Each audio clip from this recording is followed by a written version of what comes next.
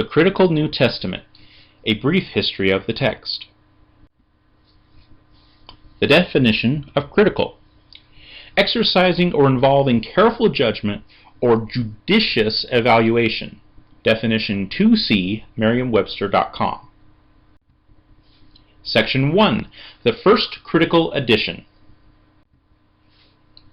Desiderius Erasmus, 1466 to 1536, though a dedicated Roman Catholic throughout his life, believed in a Renaissance humanist view of learning and knowledge, that antiquity was to be studied so as to determine historical truths.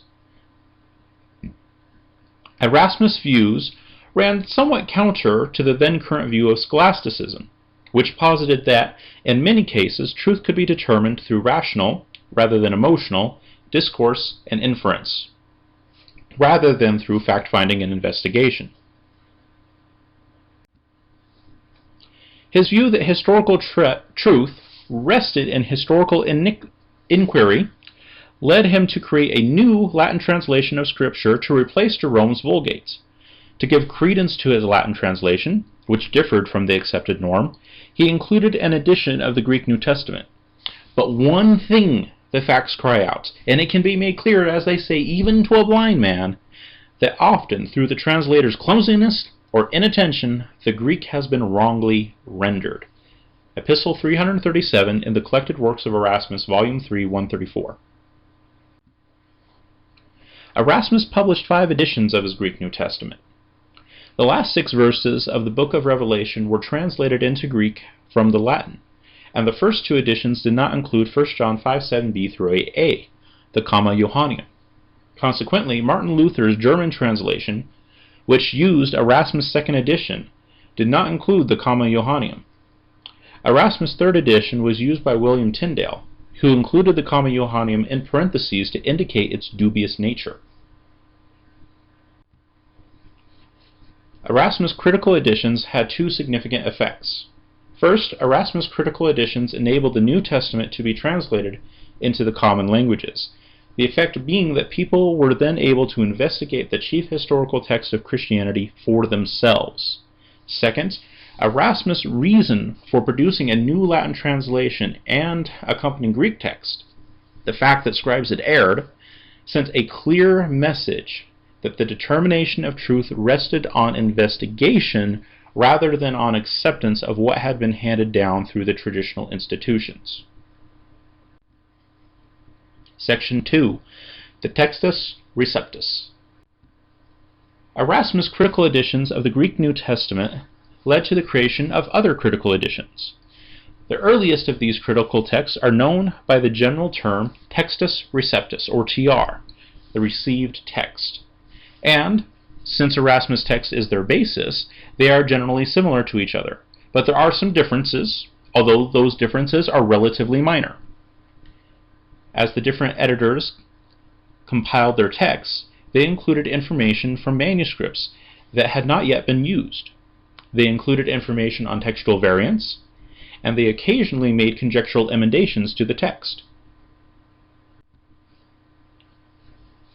The primary editors of the TR, other than Erasmus, were Robert Estienne, Theodore Beza, and the Elsevier partners.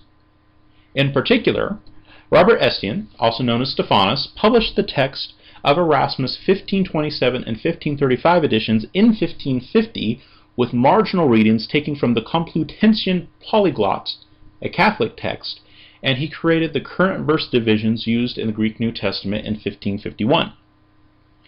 As to Theodore Beza, he made a fairly famous emendation to the text in Revelation 16:5, for which manuscript evidence has never been found. That was in his 1598 edition. Lastly, the Elseviers, via their 1633 edition, gave this text type its name, the text which had been received, hence Textus Receptus. The TR went through one last major revision in 1894 when F.H.A. Scrivener edited it to align with the Authorized Version, or KJV. It is usually a form of Scrivener's revision that is now in the modern called the TR. In sum, the TR is based on only about 16 manuscripts. Manuscripts D, L, 1, 2, 3, 4, 5, 6, 7, 8, 9, 8, 17, 28, 14, 28, 15, 28, 16, and 28, 17. Nonetheless, despite the popularity of the TR, many Protestants had already learned that the TR suffered from the same problem that had plagued the Vulgate prior to Erasmus' revision. The errors of scribes had affected the Greek text just as they had the Latin. Section 3. The Rise of Eclecticism. Even as early as 1550, it was already well known that the Greek New Testament textual tradition included textual variants. Robert Estienne had included some in his edition of the TR. What's more, the examination of more manuscripts revealed that the problem was significant in its extent. John Mill, a Protestant Church of England theologian, examined 82 extant manuscripts and published a critical edition of the Greek New Testament in 1707 that included the 30,000 variants which had been found to exist in them. It should be noted, though, that his main text was still based on the TR. Mill's work was met with disapproval by men like Daniel Whitby, a controversial Christian with Unitarian tendencies. But some Orthodox Protestants, like Richard Bentley, defended the fact that Mill had remained true to the principles which had led to the result of Erasmus' work. First principle, rejection of tradition as the de facto standard of truth, and second, evaluation of historical sources to establish historical truths. Shortly after Mill's critical edition of the Greek New Testament was published, Christians turned their attention to the question of how to decide between variants. One of the concepts that resulted from this question was that of text types. In particular, Protestants like Johann Albrecht Bengel, 1687 to 1752, and Johann Jacob Griesbach, 1745 to 1812, laid the groundwork for the establishment of the three core Greek New Testament text types: Byzantine, Western, and Alexandrian. Additionally, following principles set forward as early as 400 AD by Augustine in Contra Faustum 11.2, Protestants began to reconstruct the Greek New Testament using text-critical criteria. Principal criteria which had been well established in Christianity included using original language manuscripts, using the reading of the majority of manuscripts if other information is lacking, and, when dates are known, using the reading of the earliest manuscripts. Protestants, like Bengel, had also devised criteria based on internal evidence. That is, what the authors were likely to write versus the mistakes that scribes were likely to make. The awareness of text types and use of critical criteria led to new critical texts which left the TR tradition. In 1831, Karl Lockman published a non-TR critical text which sought to restore the original New Testament text using earlier and more varied manuscripts than those that were available to Erasmus. Other non-TR critical editions followed, including those of Constantine von Tischendorf, 1849, Westcott Hort, 1881, and Richard Francis Weymouth, who was a Baptist and wrote circa 1900. All of these critical editions tended toward eclecticism, choosing a reading after examining all of the evidence from all of the available sources rather than deferring to one text type or tradition. Section 4. The Nestle-Aland 28th edition and United Bible Society's 5th edition. The primary critical text of the Greek New Testament used by most Bible translators today is the Nestle-Aland 28th edition United Bible Society's 5th edition textual platform, which uses hundreds of manuscripts, including many of the most recently discovered texts, and is a distant descendant of Tischendorf's, Westcott and Hort's, and Weymouth's critical editions. The NA28 includes more variants than the UBS5, but it discusses them in less detail and does not give any indication as to the surety of each choice.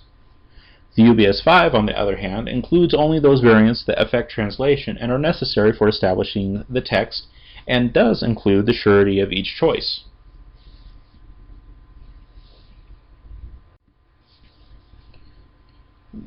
When the NA28 UBS5 platform was first being established, the traditional churches rejected it. From the Catholic perspective, Nestle's text cannot be recommended to the general Catholic reader. Moss A. 1909, Editions of the Bible, the Critical Text, 9. From the Eastern Orthodox perspective, amazingly, indeed even unbelievably, most modern translators work from an eclectic or critical text, which draws very heavily from the older codices. This eclectic text is a patchwork of readings from the various manuscripts which differ from each other and from our Byzantine text. Isaiah of Cognicio, circa 2000. Can you tell me which translation the Eastern Orthodox Church uses and why? There is another bogus Greek text of the Bible. Of the two most prominent traditional Christian groups, Roman Catholicism and Eastern Orthodoxy, only the Roman Catholics have admitted that the NA28 UBS5 textual platform has validity. The Eastern Orthodox still oppose the NA28 UBS5 text. In particular, Carlo Maria Martini, a Jesuit cardinal, participated in the NA28 UBS5 editorial work from 1975 until his death in 2012, but he remains the only traditional Christian to have worked on the project. Moreover, the Roman Catholic Church still refuses to recognize some of the variant choices made in the NA28 UBS5 text, especially regarding the long ending of Mark. As to how accurate the NA28 UBS5 textual platform is, the UBS5's assessment of each of the textual variants can be used to derive a concrete percentage of confidence.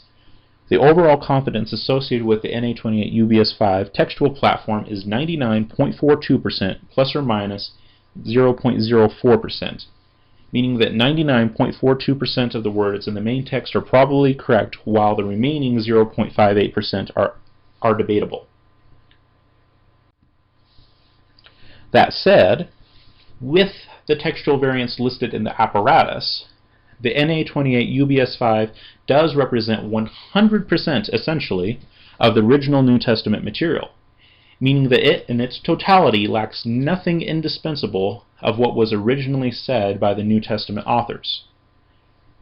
The critical editions of the traditional Christian groups, on the other hand, usually cannot make such a claim, as they often exclude significant variant readings and thus may inadvertently reject some of the original statements made by the New Testament authors.